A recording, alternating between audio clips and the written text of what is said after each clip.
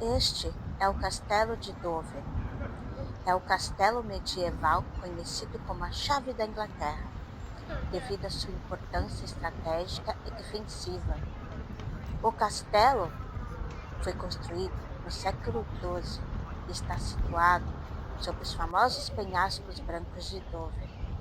O castelo é famoso por suas câmaras medievais, defesas complexas e túneis secretos, que desempenharam um papel crucial na Primeira e Segunda Guerra, defendendo a Inglaterra dos invasores.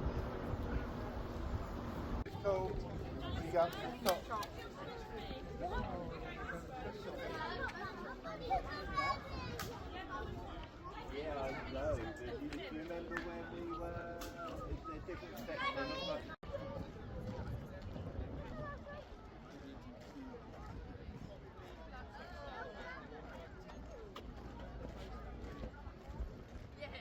He would have a lot of explaining to do before you believe him part of a reenactment.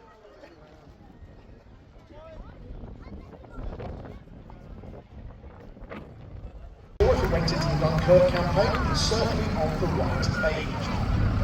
Trucks like this were used extensively by the Royal Artillery, principally as medium artillery gun tractors, the towing vehicles for medium artillery. For example, something like a 5.5-inch howitzer with two wheels would be hooked up to the back, and this is the gun towing vehicle which would get it into action and also carry the detachment that would serve the gun and indeed its ammunition. It's painted up in the colours of 21st Army Group, which was of course Montgomery's command when he laid the troops near shore of Normandy beaches. And specifically, it's in the colours of the 59th Field Artillery Regiment. That regiment of gunners came ashore on Gold Beach at Paramount on D+8, so 8 days after the initial invasion.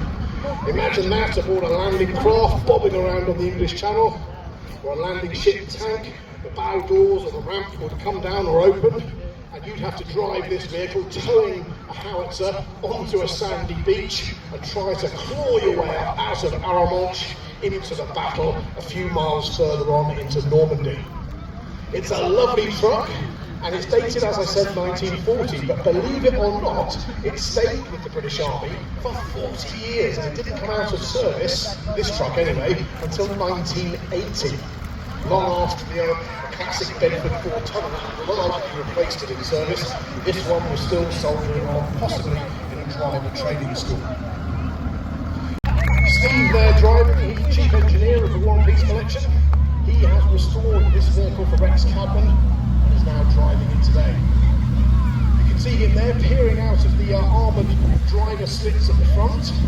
That's the open slit. In battle you actually close that down and look out at the world for about a 1-inch slit. So you've got to get out of the way of this big beast when it comes towards you, because the driver may not see you. It's an American armoured car, designed and built by Chevrolet, but specifically for British service. The British Procuring Commission wanted bigger and heavier armoured cars for the fighting in the North African desert, and it approached Chevrolet for a really big, powerful, four-wheeled vehicle, bigger than any of the British armoured cars deployed thus far in the North African campaign. They started designing this and producing it in October of 1942, but sadly they weren't ready for delivery until after the North African campaign had finished. However, we still bought nearly 4,000 of them and used them in Italy, France and Germany. It's about as big as armoured cars get. Now, the Americans named all of their armoured cars after hunting dogs.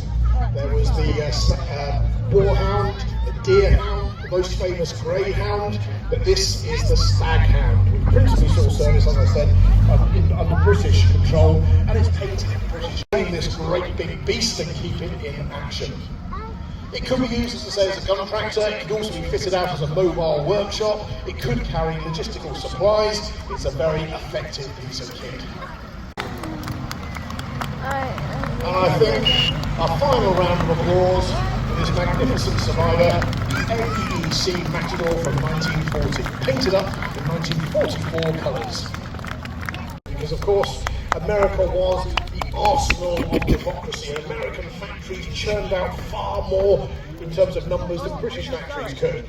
Therefore, hundreds of thousands of Jeeps were used by all allies, Eastern and Western. British, American, Free French, Canadian, Russian, and many more would use this incredible all-purpose cross-country vehicle. One vehicle is marked up in RAF colours, in the colours of the 2nd Tactical Air Force, the ground attack aircraft that were supporting the armies during the Normandy campaign. A liaison officer might drive a Jeep like this to go and talk to army units. It could be used as a communication vehicle. It could be used with meteorological gear to help forecast the weather. Or you could pack it with an air crew to get to a downed Spitfire. The second vehicle, driven by our American colleague, is again in British colours, in the colours of the AFPU, the Armed Forces Photographic Unit.